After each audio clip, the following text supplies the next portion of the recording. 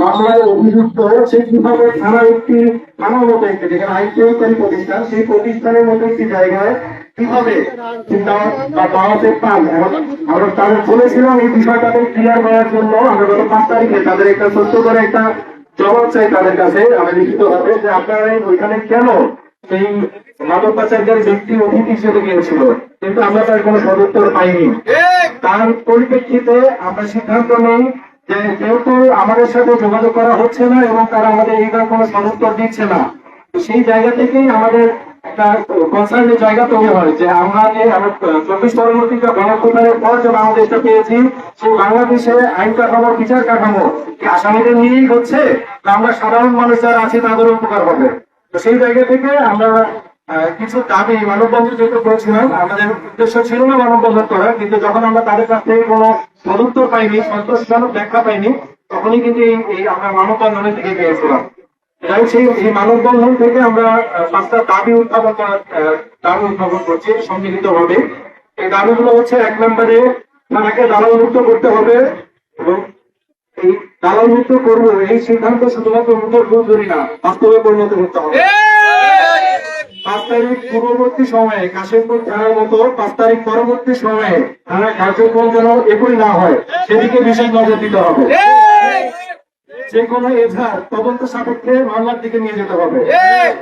4 নম্বর, কিন্না থানার সার্বিক পরিস্থিতি নিয়ন্ত্রণে বর্তমান অফিসার ইনচার্জ এর অদূরদর্শী ও অপরিপক্ক সিদ্ধান্তের জন্য বদলি এবং স্বপদমর্যাদায় বহাল রাখা যাবে না। 5 নম্বর, মানব পাচারকারী মামলার অভিযুক্ত আসামি কর্তৃক দেওয়া হুমকি থামিয়ে তদন্ত সাপেক্ষে ব্যবস্থা গ্রহণ করতে হবে।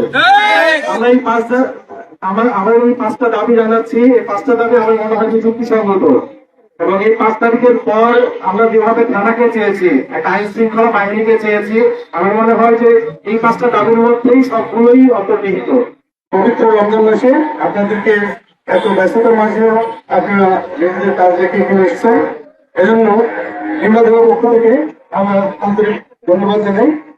পাশাপাশি আজকের এই যে মানববন্ধন, এই মানববন্ধনের পিছনের যে বিষয়টি শাকিল বলেছেন যে আমাদের সঙ্গে যোগাযোগ করা হয়েছে আমরা পাইনি, আমি অত্যন্ত দুঃখ প্রকাশ করছি যে আমাদের 1 তারিখ পর আমি আমার পারিবারিক অসুস্থতার কারণে আমাদের দ্রুত যেতে হয়েছে, তারপর আমি সরকারি মোবাইলটা ছেড়ে গিয়েছি, কারোর সঙ্গে যোগাযোগ করতে পারি। আজকে যখন আমি আসলাম, আসার পরে যখন বিষয়গুলো সম্পর্কে অবহিত হলাম, তাৎক্ষণিকভাবে আমি যারা এই আন্দোলনের সঙ্গে যুক্তি রাখলাম সেটা ব্যাখ্যা করলে হয়তো বুঝতে পারবেন। তো আমি একাত্মতা ঘোষণা করছি এই কারণে যে আমাদের গত 3 তারিখে আমাদের প্রতি বছরের মতো, আমার চাকরির বয়স প্রায় 20 বছর, আমরা দেখে আসছি প্রতি বছর যখন রমজান মাস আসে আমাদের গণবয়সের একটা আয়োজন থাকে যে আমরা সবাই মিলে একসঙ্গে বসে একসঙ্গে ইফতার করি।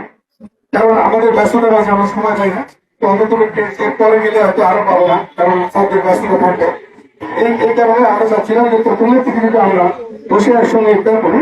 যেহেতু থানাটা হচ্ছে আমাদের রাস্তার ধারে, এখানে একটা মসজিদ আছে থানার সংলগ্ন এবং থানাটা হচ্ছে সবার জন্য উন্মুক্ত।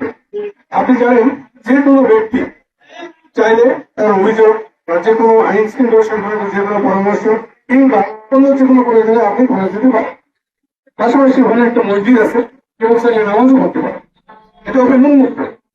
এখন আমাদের যখন আমরা সিনিয়র অফিসারদের এবং আমাদের পুলিশ সদস্য একটু ব্যস্ত ছিলাম, এই ব্যস্ততার ভাগে হয়তো কোনো একজন এখানে এসছেন, আমাদের অবসরে ওখানে বসছেন, হয়তো এর মধ্যে থাকে এখানে কিন্তু আপনাদেরকে নিয়ে গেলে দিনবাসীকে নিয়ে আমাদের কাজ, আমরা জানি সেটাই তার পরিচিত।